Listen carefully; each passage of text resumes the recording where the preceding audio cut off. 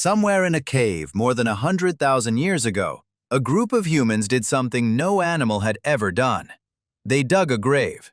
They laid a body inside it, carefully, deliberately, and then they placed things in the grave with the dead. Tools, ornaments, a piece of meat still on the bone. Think about what that act requires. To bury someone with objects they might need, you have to believe, on some level, that the story doesn't end when the breathing stops, that there is a somewhere else. No other creature on Earth has ever believed that. So here is the question that sits at the very root of who we are.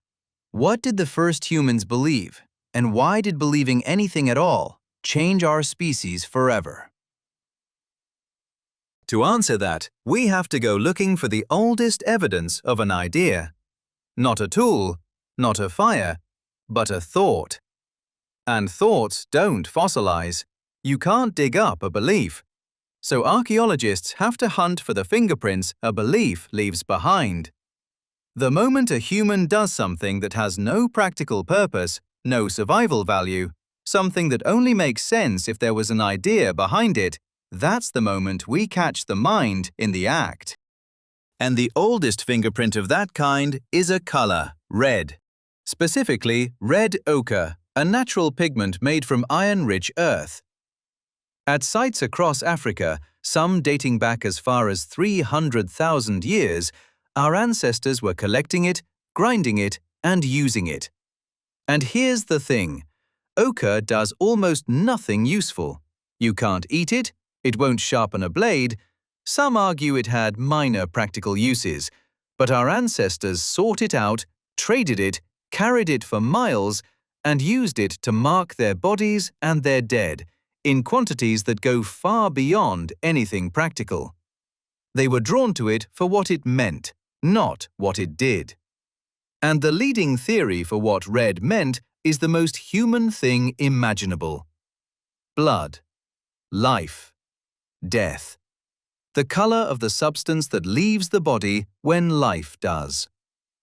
300,000 years ago, before language as we know it, before cities, before farming, a human being looked at a smear of red earth and felt that it meant something.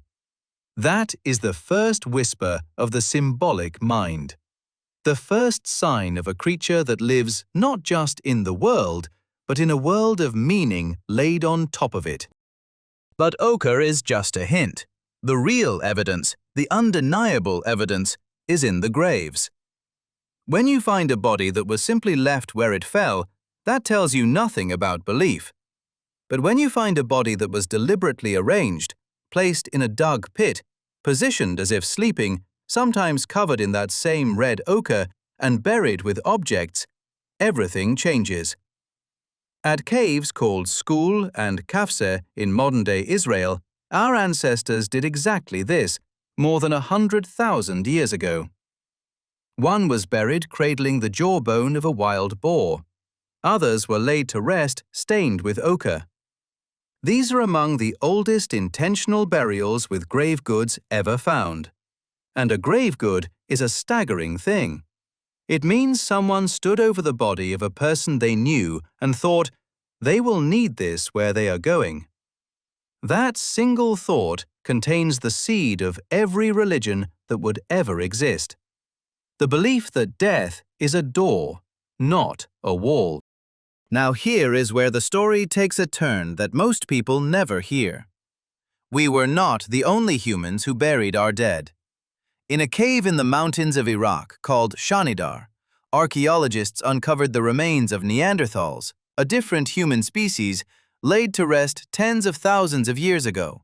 And around one of the bodies, they found dense clusters of ancient flower pollen.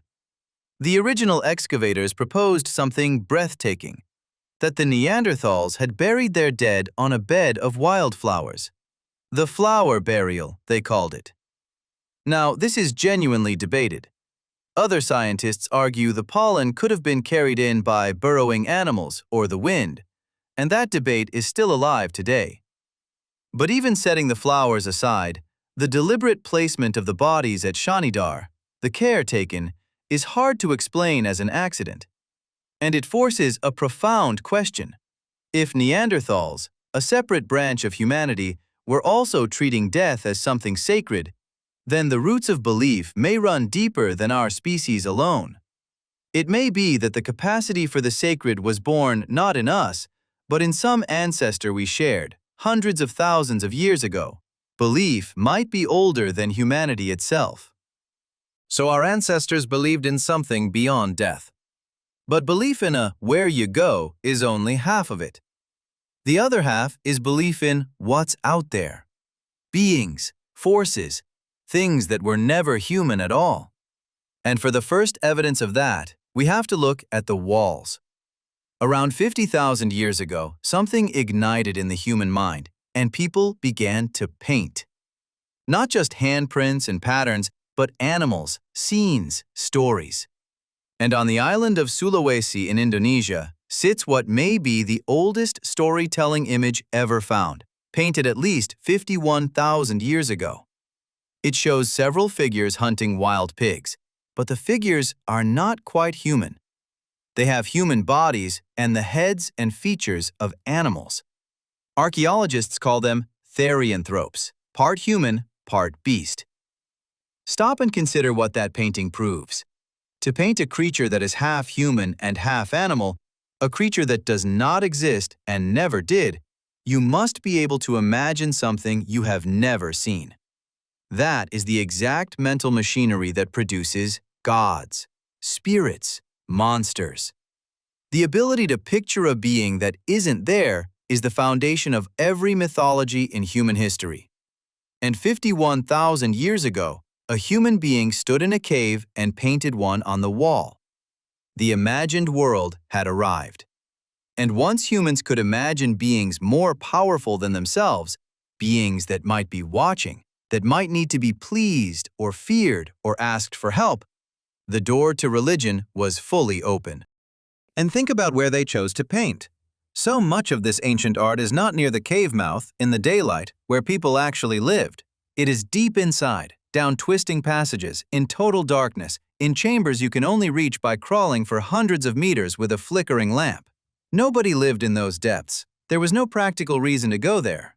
And yet they did, carrying fire and pigment into the belly of the earth to make images in places almost no one would ever see. That choice only makes sense if those deep places meant something. If the dark itself was sacred, a threshold to somewhere else. People have always felt that certain places are thin, that the boundary between our world and another wears through. 50,000 years ago, our ancestors were already crawling into the dark to reach it. For tens of thousands of years, this world of belief lived in scattered graves and painted caves. And then, roughly 12,000 years ago, belief did something that changed the surface of the planet itself. In what is now southeastern Turkey, on a hilltop called Göbekli Tepe, human beings built a temple. Massive stone pillars, some 16 feet tall and weighing many tons, arranged in great rings, carved with foxes and snakes and vultures and scorpions. It is the oldest monumental religious architecture on Earth, built around 9,600 years before Christ. And that date is the part that broke the minds of archaeologists. Because Göbekli Tepe was built before farming, before pottery, before the wheel, before writing, before cities. It was built by hunter-gatherers, people we had always assumed were too busy surviving to build anything at all. For a century, the standard story of civilization went like this. First, humans learned to farm. Farming produced surplus food. Surplus food freed people up to build towns, invent religion, and construct temples. Belief was supposed to be a luxury that came after the hard work of survival was solved. Göbekli Tepe flips that story completely on its head. Here was a monument that required hundreds of people to quarry stone, move colossal pillars, and work together for years, all built by people who had not yet planted a single field. The temple came first, and some archaeologists now suspect that the need to gather at that sacred place, to feed the crowds who came to build and worship, may have been one of the very pressures that pushed humans to start farming in the first place. If that is true, it means belief did not come after civilization. Belief is what built it. The desire to come together around something sacred may be the very thing that made us settle down, plant crops, and begin the long road to everything that followed. So step back and look at the whole arc. A smear of red ochre 300,000 years ago. A body buried with a boar's jaw 100,000 years ago. Flowers, perhaps, on a Neanderthal grave. A half-animal spirit painted on a cave wall 50,000 years ago. A temple raised before the first farm. What you are looking at is not a series of curiosities. It is the slow awakening of a particular kind of mind. The only mind we know of that refuses to accept the world as it plainly appears. Every other animal takes reality at face value. Food is food. Danger is danger. Death is the end. Our ancestors alone looked at death and imagined a journey. Looked at the unknown and imagined beings inside it. Looked at a bare hilltop and imagined it was holy. And you might be wondering why. Why would evolution, which is supposed to be ruthless and practical, ever favor a brain that wastes energy imagining things that aren't there, burying good tools in the ground, hauling stone up a hill for invisible spirits?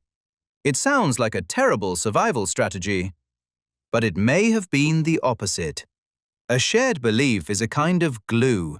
If 100 strangers all believe the same story, all fear the same spirits, all honor the same dead, they can trust each other and act as one, in numbers no other animal can match.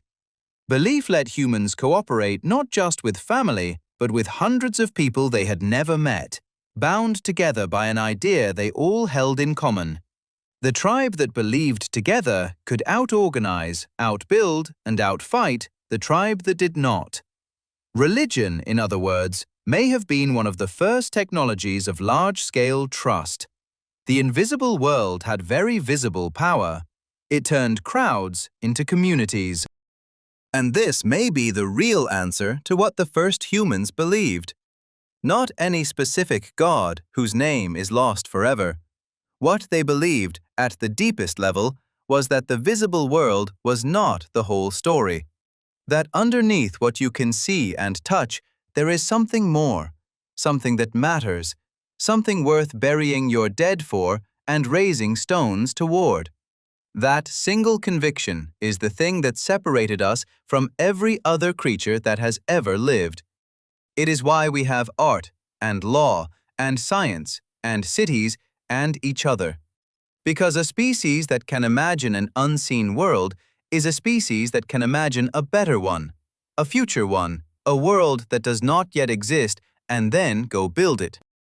Every cathedral, every myth, every question you have ever asked about why you are here traces back to that moment in the dark, 100,000 years ago, when someone laid a body in the ground and could not bring themselves to believe that was the end. They placed a tool beside their friend for a journey they could not see, but somehow trusted was real.